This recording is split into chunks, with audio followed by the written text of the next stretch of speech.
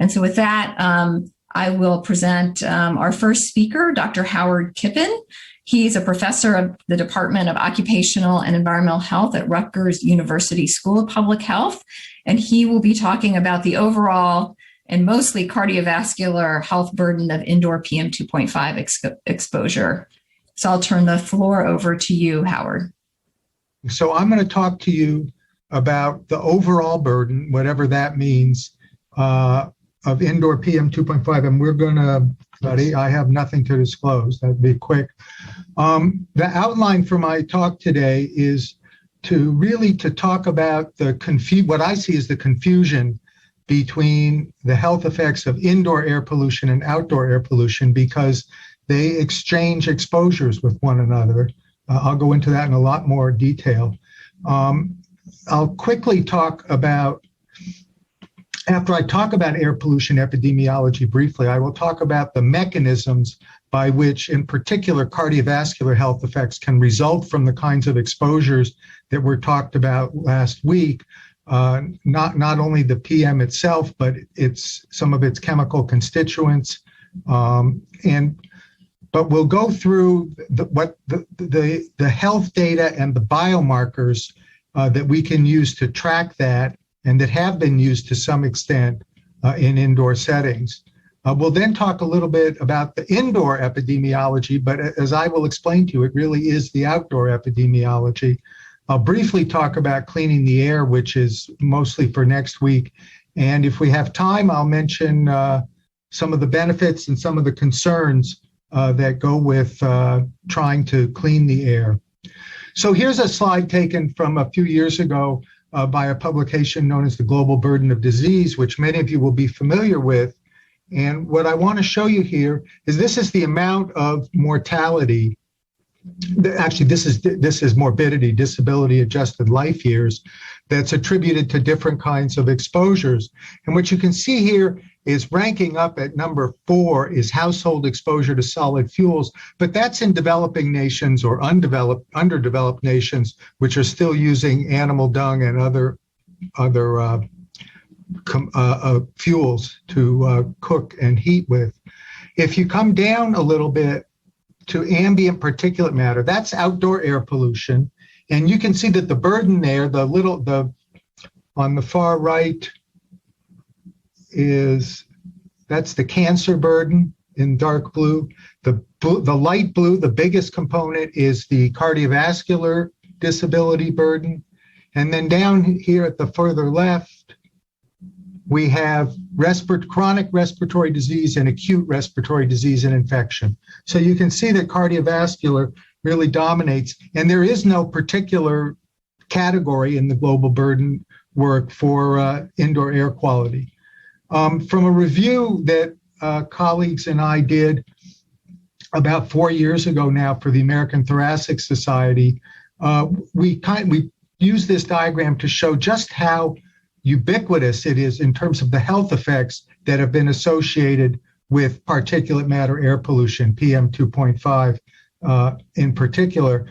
And you can just see that we have everything from respiratory disease to metabolic problems with insulin, to blood clotting, strokes, cardiovascular mortality and morbidity, and as well as contributions to developmental issues.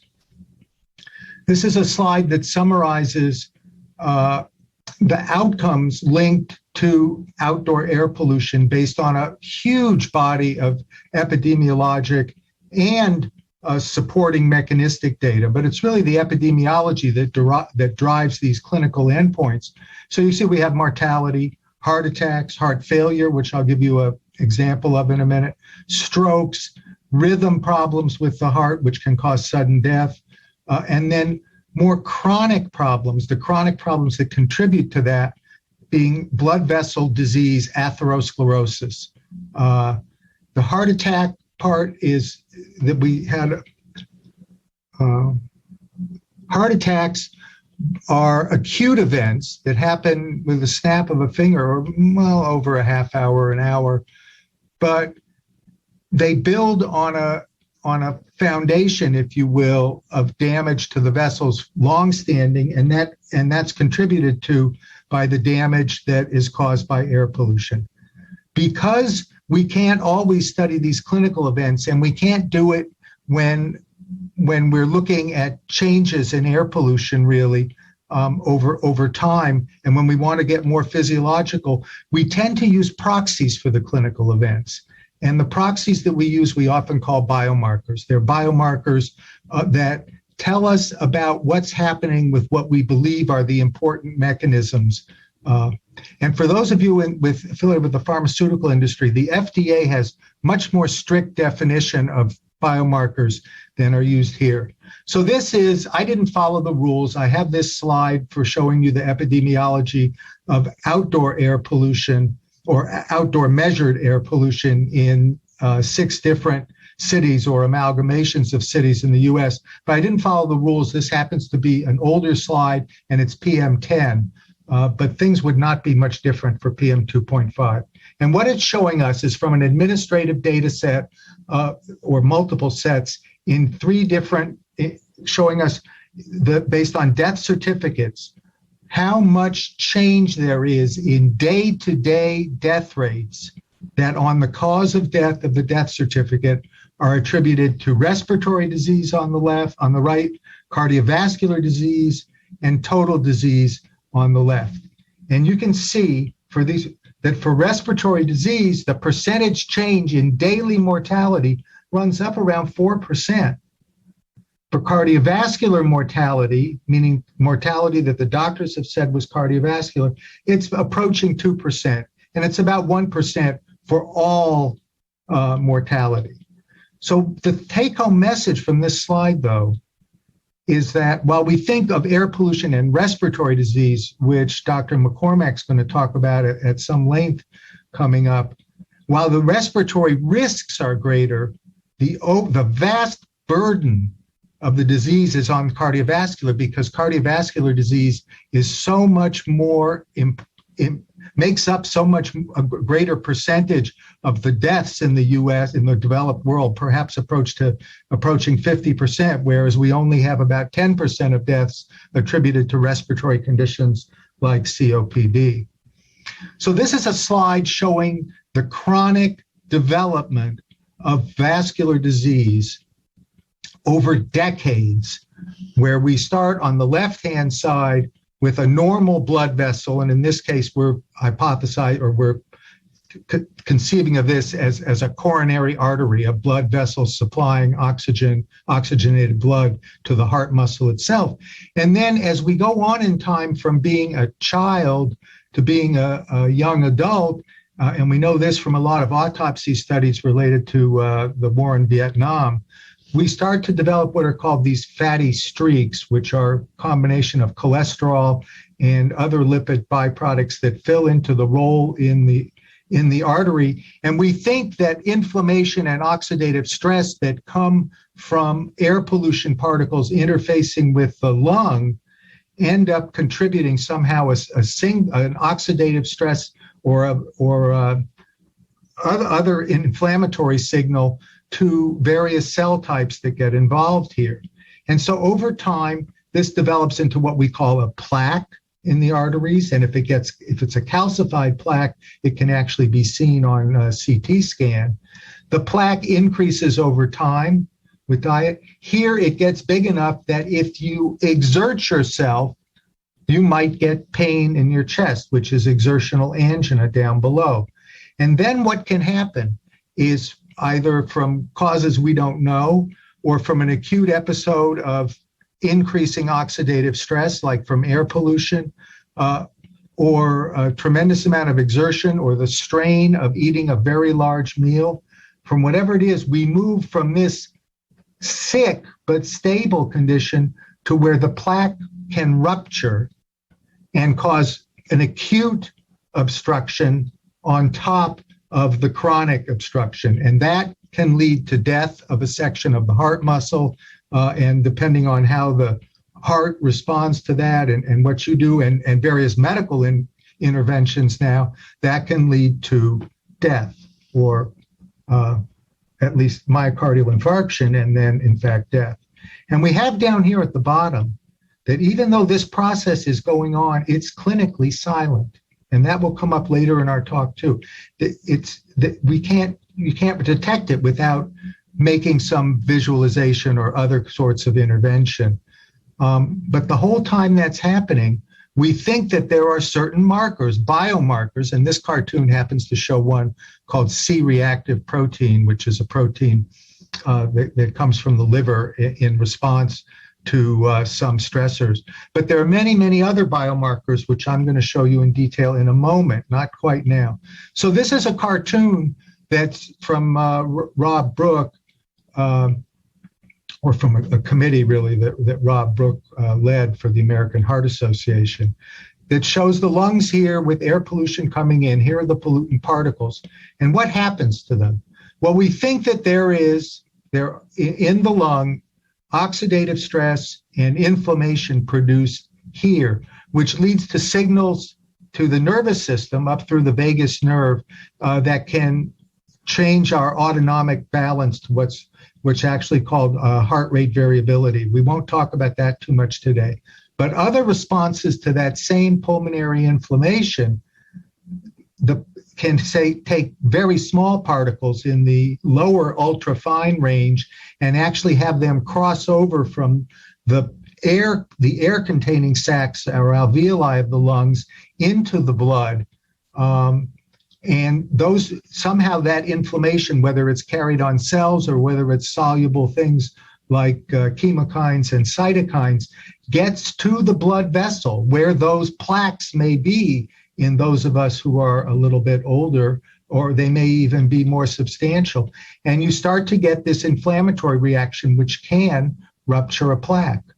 On the way in, either the particles or the soluble inflammatory components can cause constriction of blood vessels, acute increase in blood pressure, the blood vessels to become dysfunctional, if you will, in their need to dilate in response to oxygen need and the body's ability to direct oxygenated blood where it wants. We see, again, just naming it, the oxidative stress.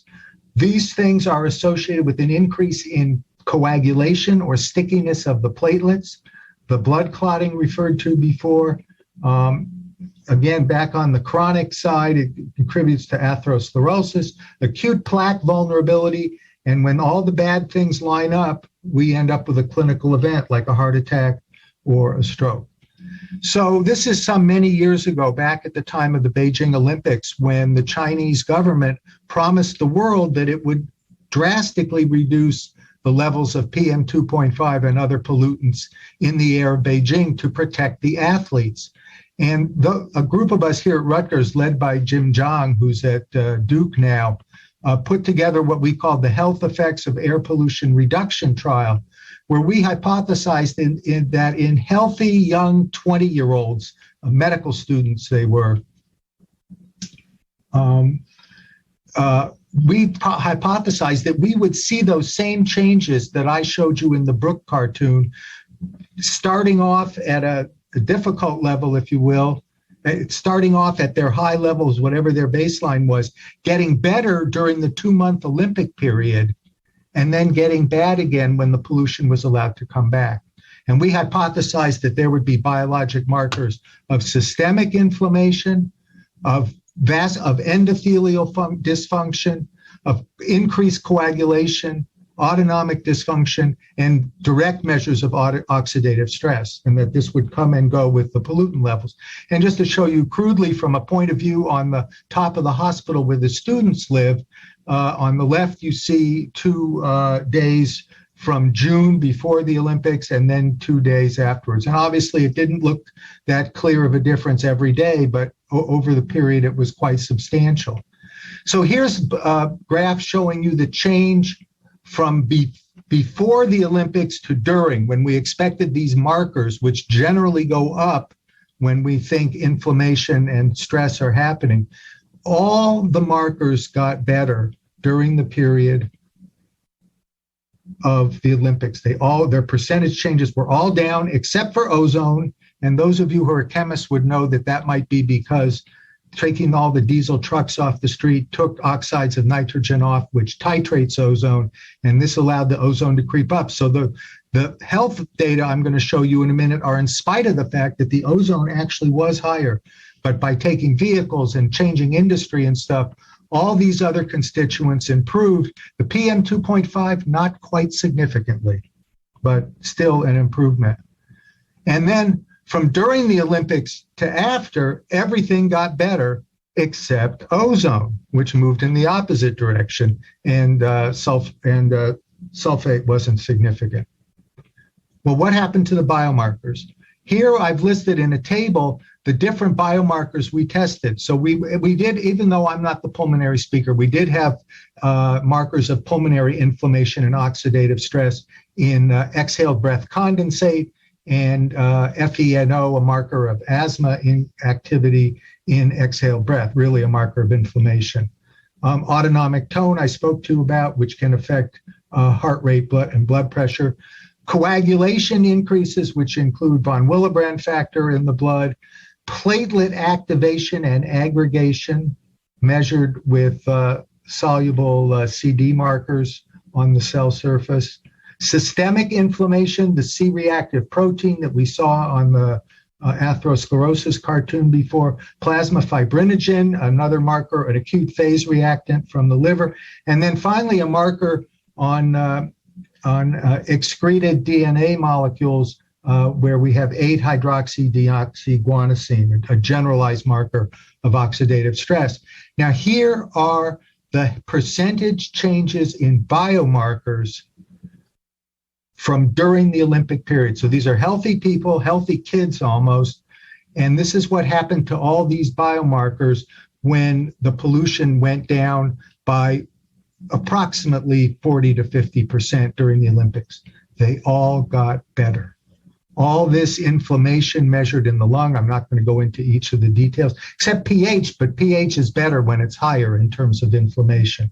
So everything went down, the pulmonary inflammation, the vascular inflammation, the platelet aggregation, even heart rate and blood pressure, which went down even though the direct measure of autonomic change in terms of heart rate variability did not improve, and it's not on this graph, so maybe I cherry-picked a little.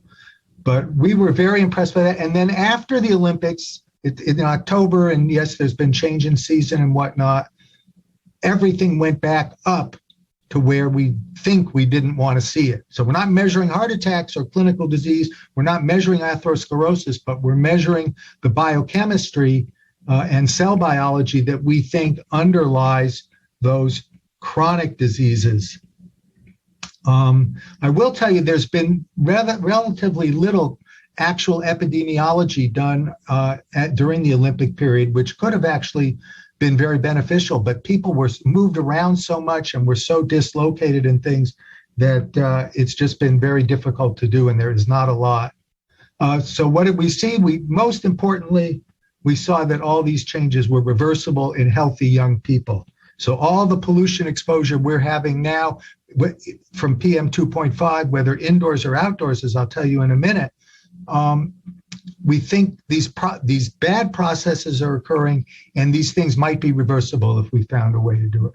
So this is another example of how we actually developed a bit of a biomarker here at Rutgers. I did this with a colleague named David Rich. Here's data on heart failure admissions to hospitals across the U.S. in the cities shown here. These are people admitted not with a heart attack, but with a heart that can't pump enough blood, and so their lungs and body get congested with excess fluid, and they can't breathe when there's too much. So this is something called the case crossover epidemiology study, and you can see from all these different studies, again, I'm breaking the rules using PM10 data from a while ago, that this is the increase of about 0.5% to 1%, highly significant in heart failure admissions from all these studies compared to central monitors of PM10. Now here you can see that, well, it's actually almost the same slide again. But if you go over to this slide, what you can see is that these admissions were taking place on the same day that the air pollution went up or going down on the same day the air pollution went down. Nothing significant after that first day. And so on that basis, we thought it would be really interesting to look at some marker of heart failure as it changed day to day. So it just happened that Medtronic had a device which measures the pressures inside your heart while you're walking around. They thought this would help cardiologists regulate heart failure with diuretics or increase fluid when people needed it. It didn't work. It didn't hurt anybody, but it didn't make the cardiology outcomes any better. But we got the data from that of changes in pressures in the heart. When your heart's failing, the pressures on the right side go up. And what we found was that on the same day that all those extra admissions were occurring, day 0 or the day the change occurred, the pressures in the right side, in the right ventricle, and an estimate in the pulmonary artery went up. So again, we found a biomarker for the clinical event known as heart failure. Now, we can't use it anymore because nobody's generating those data any longer, but an advantage. So switching gears slightly here, the epidemiology of exposure to indoor air, including PM 2.5 and other constituents, in theory hasn't been done. There is no epidemiology for indoor exposures as distinct from outdoors. But wait, we're measuring pollution outdoors. We call that outdoor air pollution. But where are we exposed to it? And it turns out that indoor exposures to PM 2.5 probably account for 40 to 60% of total mortality attributed to PM 2.5, because even though we're measuring the pollution outdoors, that's not where we are. We spend 90% of our time in the developed world indoors, and maybe 70% of that time is at home. So based on that, we can actually, or I calculated people being at rest indoors and how much they're breathing, the 10% of time they spend outdoors and that they probably breathe more heavily instead of 12 breaths a minute, 20, and take somewhat deeper breaths. It ends up being about a 5-fold difference in daily ventilation between where indoors has much more of your ventilation. Now, if we assume that the outdoor air pollution concentrations are 9 micrograms per cubic meter, and in Beijing, of PM 2.5, in Beijing, they were closer to 100. And we assume, as is generally talked about, although it's not really that accurate, but if we assume 50% of the outdoor pollution concentration gets inside. So if it's 9 micrograms outside, there are 4 micrograms of that outdoor pollution, and most of it's generated outdoors. There are 4.5 micrograms inside. If we calculate the dose based on the difference in ventilation, we find that 71% of your dose of PM 2.5, probably as an estimate, comes from particles that were outdoor air pollution and infiltrated into the indoor space. The outdoor dose of outdoor generation is 29%. And of course, based on the discussions last week, there's a lot of indoor generated particulate as well that adds in, that's not part of this equation. So people around the world, and next week you're going to hear about it, have used air cleaners to try to help them understand, again, some of this biomarker business, because we can look at a change in air pollution indoors. We can create a change by using a personal portable air cleaner and placing it in different rooms of the house. These happen to be outdoor air cleaners. This is outside of Beijing, and this is in Delhi, where they're actually trying to clean the outdoor air. We won't say much more about that now.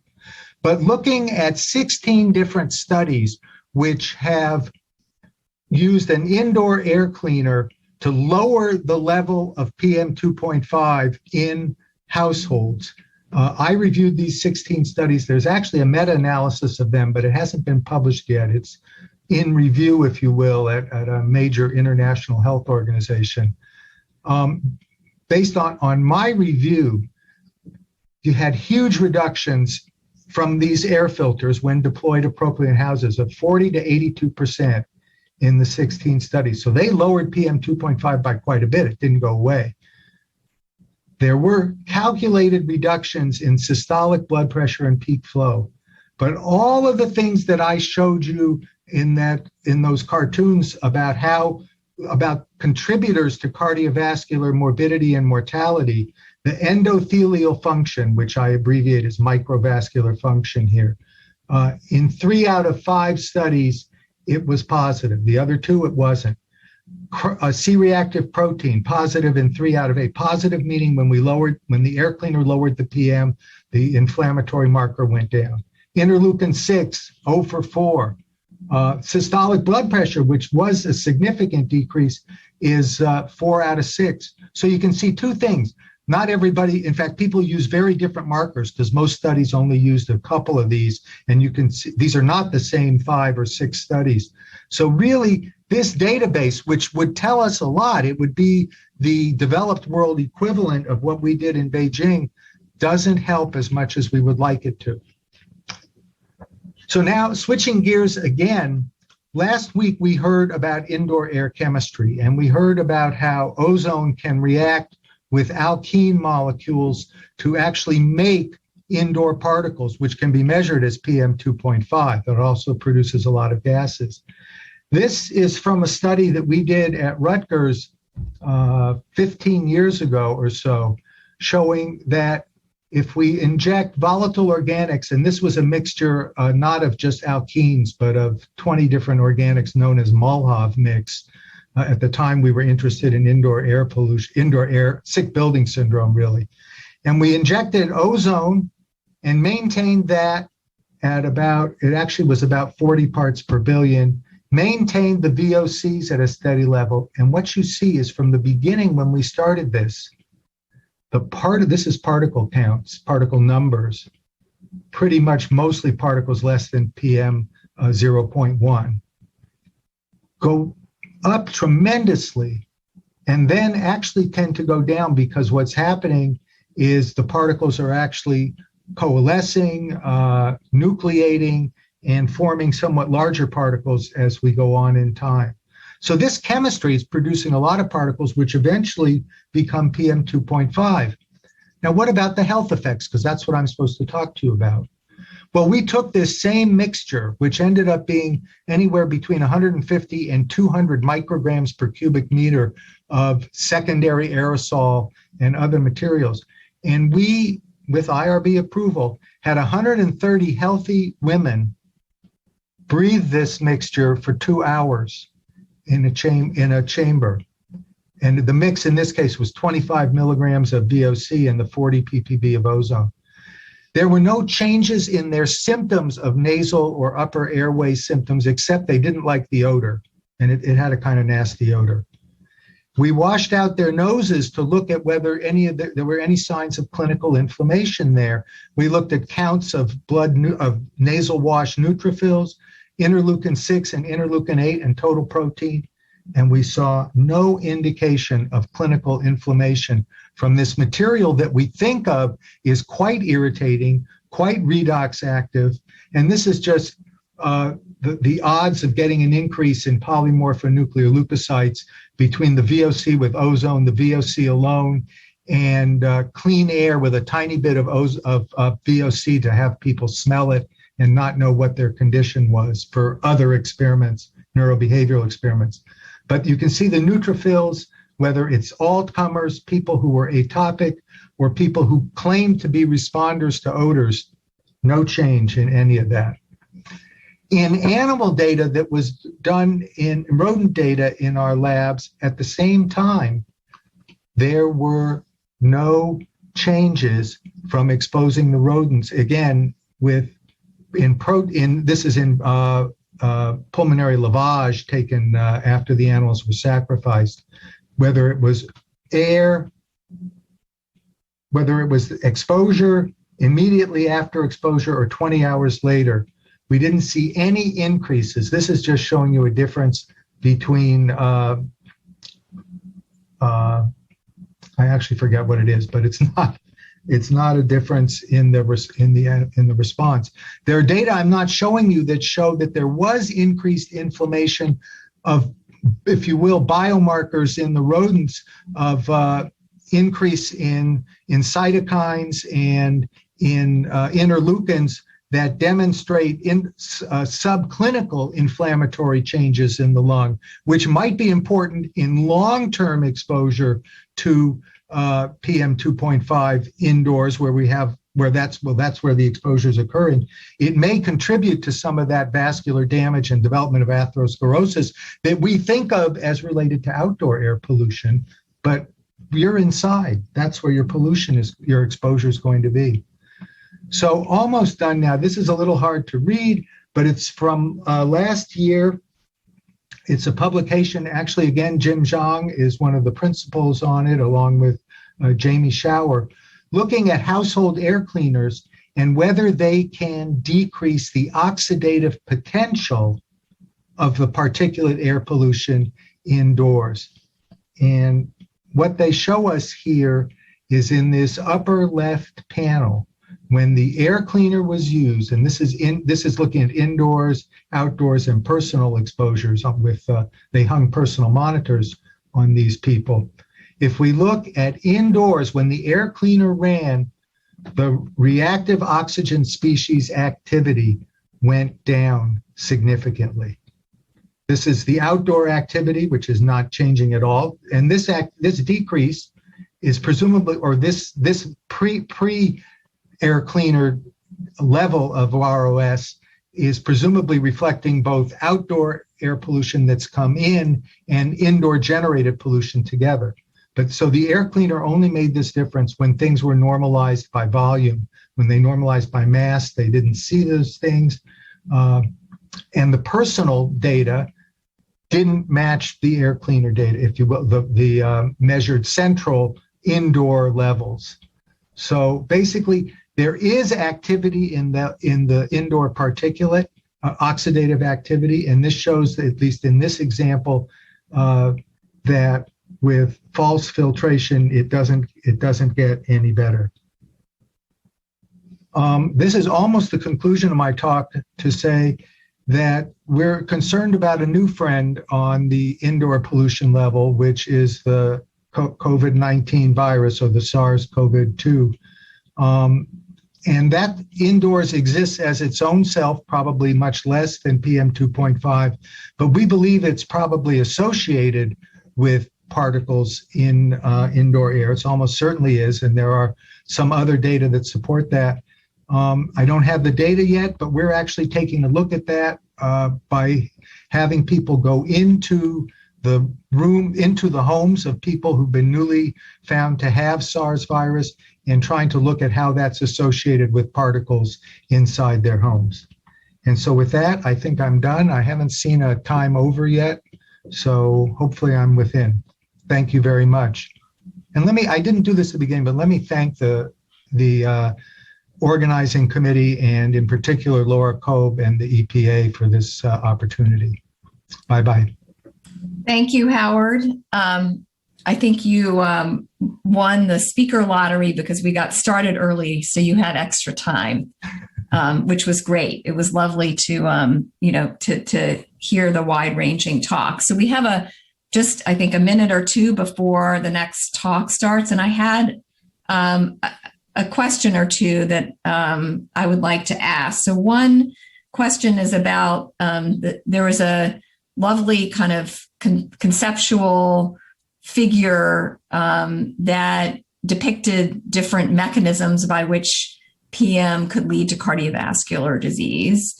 And it struck me, or the question is, that same paradigm that sort of illustrated effects on the autonomic nervous system, effects through inflammation and oxidative stress systemically, and then effects directly by PM actually crossing through the lungs into the vascular system.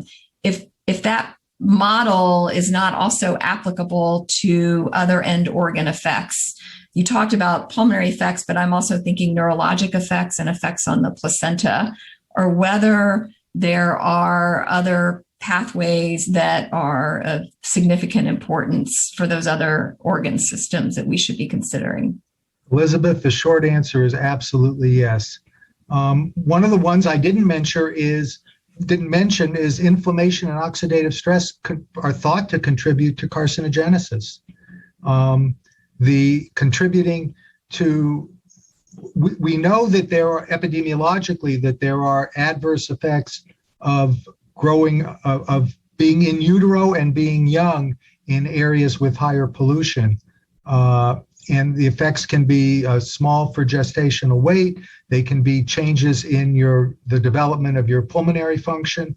So as far as we know, these underlying biochemical impacts have no organ-specific boundaries.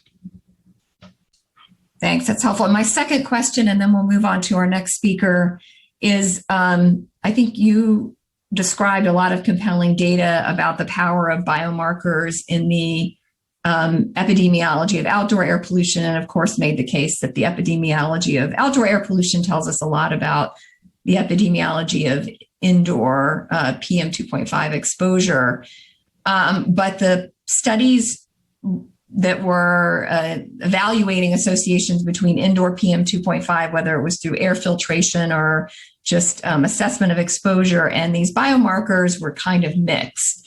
Why do you think that was? And related to that, do you think that an important path forward just for regulation and short of regulation, public health messaging and interventions could be that we employ these biomarkers to do direct indoor PM 2.5 exposure epidemiologic studies so that the conclusions that are drawn are directly related to PM 2.5 indoor exposure, and the message might be more compelling for that particular compartment of exposure.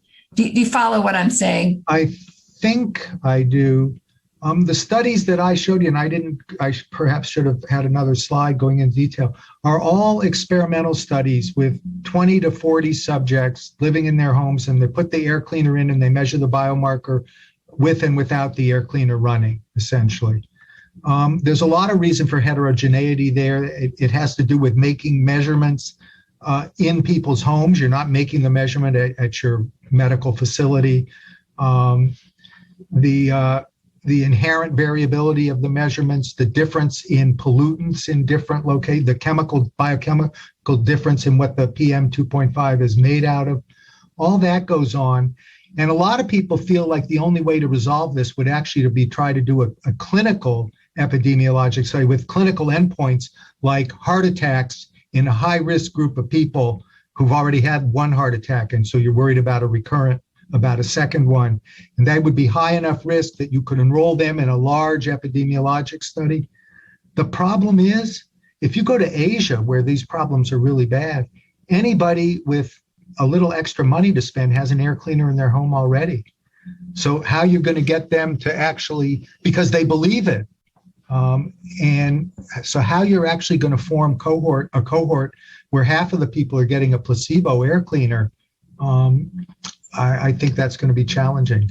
So, but I hope that answers your question. Yeah, and I think it was helpful. And Bill Nazaroff had a comment, which is, I think, an important point, and you raised it too, which is the sample sizes are just so different between those outdoor studies and the indoor studies. So, sure, absolutely. But yeah. in the outdoor studies, you have a lot of exposure misclassification. Within an indoor measurement, you should have substantially less. Yeah.